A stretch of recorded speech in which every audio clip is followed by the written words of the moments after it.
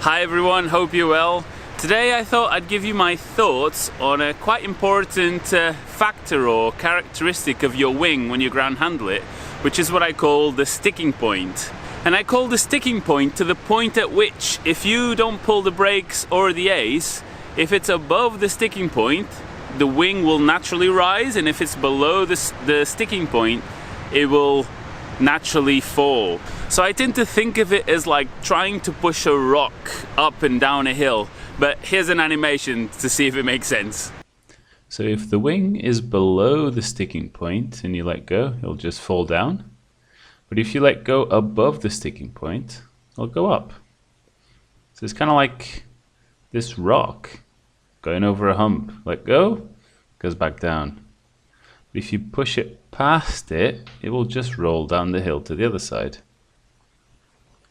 And the same thing on the brakes. You can just let go after the hump and it'll continue to go down. So having said that, each wing has a different sticking point. So if the wind is stronger, the sticking point will be lower, and if the wind is weaker, the sticking point will be higher. And I think I have the two perfect wings to show you, because the seed, if the wind is strong enough, pretty much launches on its own, so the sticking point is very low. And the ion, we call it it's very lazy. You really need to pull in it until it's really high. I'm gonna pick up one at a time and show you.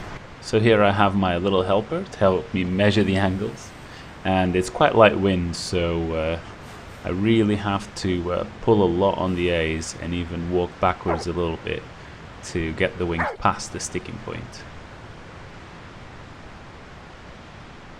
And further up the hill, the wind is a bit stronger, and as such the sticking point's a little bit lower, but still on this wing it's definitely more than 45 degrees.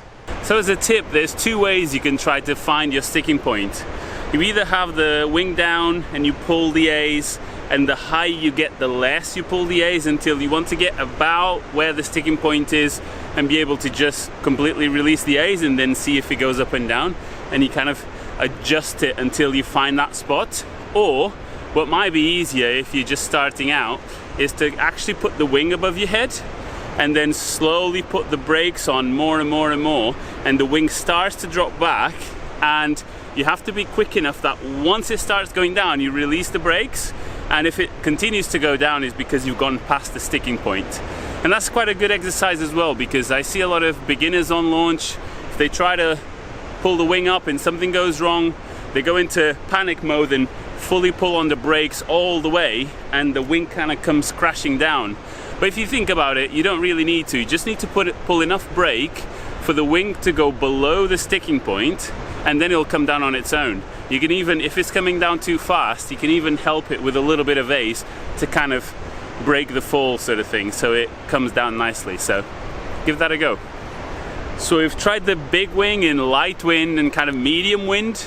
I can tell you that in strong wind, which we don't have today, in strong wind it's also a pig like that. It doesn't want to come up really under 60 or 70 degrees even in strong wind. But I'm gonna get the little seed, which is kind of like the total opposite. It just wants to come up all the time. So we'll see if we can measure the difference. And with the seed in light wind, can already tell that is lower than the other wing.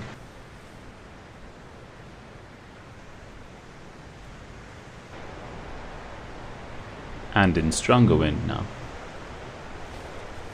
So let's look at a comparison of all the angles of the different wings in different wind speeds. So it does show that the sticking point or sticking angle is different for different wings and different wind conditions. So there you have it. I hope you enjoyed it and you learned something new. And we'd love it if you wanted to come and find out about your sticking point with us, because we run ground handling retreats. We're running one in end of September, beginning of October. Check out the link in the description and over here. And I want to say a big thank you to all these people on Patreon for supporting the channel in these videos. They make it possible. So thanks to everyone on there. Don't forget to subscribe if you haven't already, and I'll see you next time. Bye.